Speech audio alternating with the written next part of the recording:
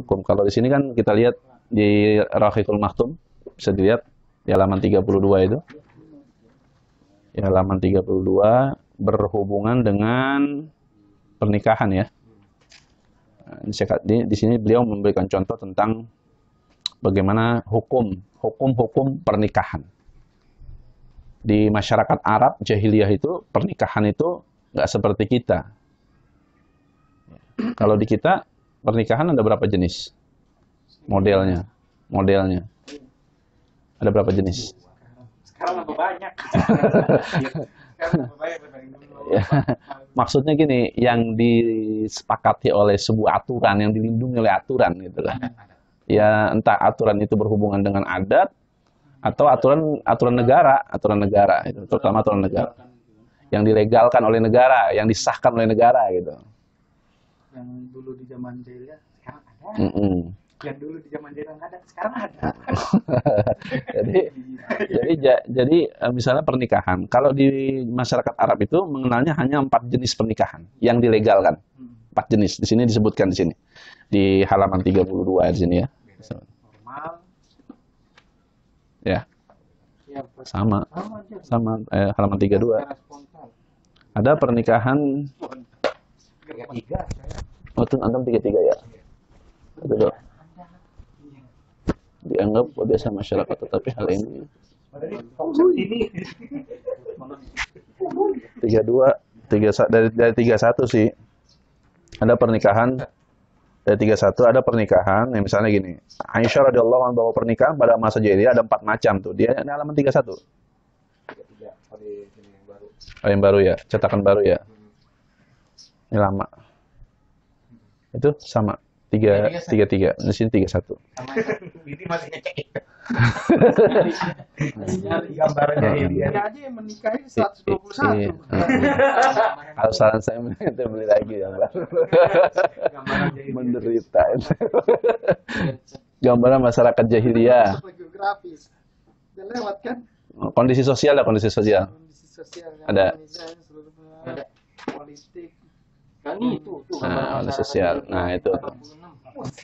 Jauh amat. Terlalu detail itu. Ada. Pertama ada pernikahan secara spontan. Ini seorang, bukan yang bukan yang spontan ya. Seorang laki-laki mengajukan lamaran kepada laki-laki lain, menjadi wali wanita, lalu dia bisa menikahinya setelah menyerahkan mas kawin seketika itu pula. Ini sama nggak dengan kita ini? Kalau ini sama ya, sama dengan kita. Seorang laki-laki bisa berkata kepada istrinya yang baru suci dari haid, temuilah fulan dan berkumpullah bersamanya. Fulan itu maksudnya temannya, teman dekatnya. Suaminya tidak mengumpulinya dan sama sekali tidak menyentuhnya, sehingga ada kejelasan bahwa istrinya hamil dari orang yang disuruh mengumpulinya itu. Jika sudah jelas kehamilannya, maka suami bisa mengambil kembali istrinya jika memang dia menghendaki hal itu. Yang demikian itu dilakukan karena dia menghendaki kelahiran seorang anak yang baik dan pintar. Pernikahan semacam ini disebut dengan istibda. Pernikahan disebutnya. Jadi gini, saya punya teman nih. Ini bini gua nih. Saya ngeliat teman ini dia punya bibit unggul gitu. Misalnya dia keturunan raja atau apalah ya. Pokoknya dia cerdas itu. Dia punya anak-anaknya cerdas-cerdas semua. Dia pengen keturunannya sama seperti dia. Udah nih, gaul sama bini gue gitu. Nah, itu akad itu nggak perlu pakai akad yang bagaimana atau pesta bagaimana, langsung aja begitu dikasih itu akad, itu pernikahan buat mereka. Nah, pernikahan itu disebut istibda di masyarakat Arab itu. Kalau kita kan gambarannya itu mah sama aja, zina kan begitu. Kalau kita pikiran kita, tapi di masa itu dilegalkan istibda namanya. Boleh yang kayak gitu. Beda lagi jenisnya. Kalau ini mah jelas-jelas fisik ini mah ya, kalau bayi tabungan enggak. Jadi ini memang ngasih karena dia pengen punya keturunan yang unggul. Makanya begitu istrinya haid, udah selesai dari haid, dia nggak sentuh lagi tuh. Pokoknya semua nanti biar sampai selesai, nanti udah ketahuan hamil, baru dia ambil lagi istrinya kalau dia berkehendak. Dan pernikahan itu disebut istibda.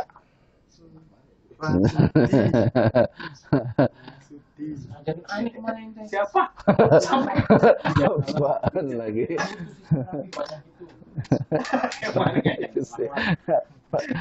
Yang ketiga ada pernikahan poliandri. Nah, yaitu pernikahan beberapa orang laki-laki yang jumlahnya tidak mencapai 10 orang, mencapai 10 orang.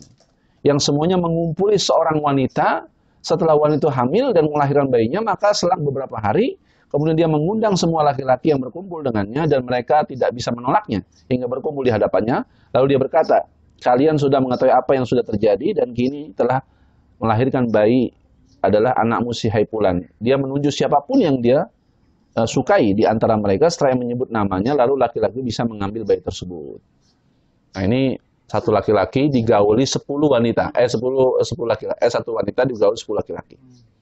Nanti secara tradisi begitu hamil itu dipanggil semua yang 10 dan mereka harus ikut aturan, nggak boleh, nggak ada yang hadir, harus hadir semuanya.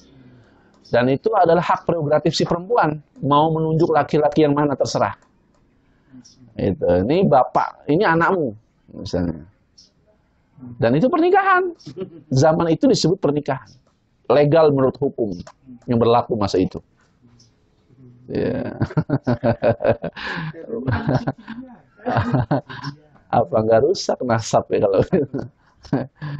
Yang keempat, sekian banyak laki-laki bisa mendatangi wanita yang dikehendakinya yang juga disebut wanita pelacur. Biasanya mereka memasang bendera khusus di depan pintunya sebagai tanda bagi laki-laki yang ingin mengumpulinya. Jika wanita pelacur ini hamil dan melahirkan anak, dia bisa mengundang semua laki-laki yang pernah mengumpulinya. Setelah semua berkumpul, diselenggarakan undian. Siapa yang namanya keluar dalam undian, maka dia berhak mengambil anak itu dan mengaku sebagai anaknya. Dia tidak bisa menolak hal itu. Ini lebih kepada pelacuran kalau yang 4 ini.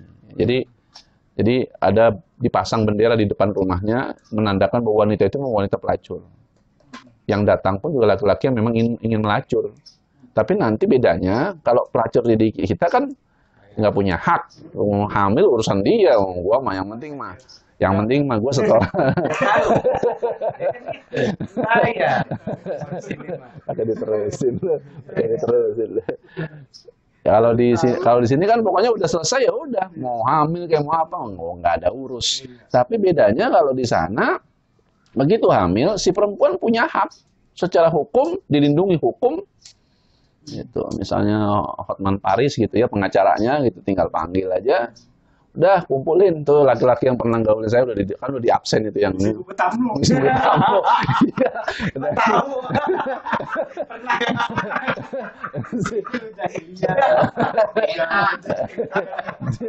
Dia ngisi buku, ya kan? Begitu selesai dipanggil tuh nama-namanya, gitu kan, di broadcast kan namanya, datang lo gitu kan.